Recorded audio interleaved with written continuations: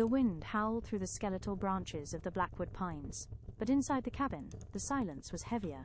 Elias sat by the hearth, watching the embers die. He had moved to the edge of the wilderness for peace, but for the last 3 nights he had found only a growing sense of dread. It started with the scratching, low and rhythmic, coming from the crawl space beneath the floorboards. Then came the mimicry. On the second night he heard his mother's voice calling his name from the tree line. His mother had been dead for 10 years. Tonight the air felt thick, like held breath.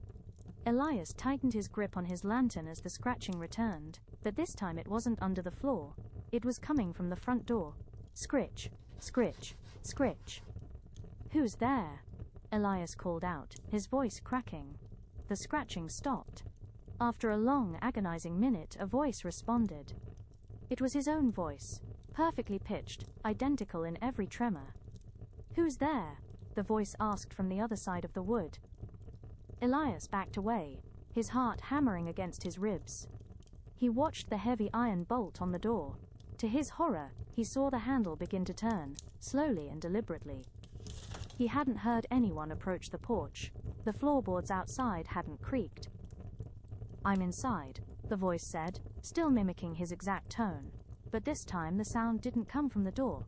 It came from directly behind him, whispered right into his ear. Elias froze. He didn't want to turn around. He looked at the window reflecting the dimly lit room.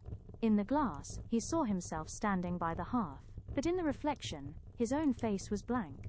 No eyes, no mouth, just smooth, pale skin. The reflection smiled, even though it had no lips. "Don't worry," his own voice whispered again from the shadows behind him. "I've been practicing being you. I think I'm finally ready." The lantern in Elias's hand flickered and died, plunging the cabin into a darkness so absolute that he couldn't even see his own hands. In the silence that followed, the only thing he could hear was the sound of 2 people breathing in sync. Then, one of them stopped. Thank you for watching. Please like, share and subscribe.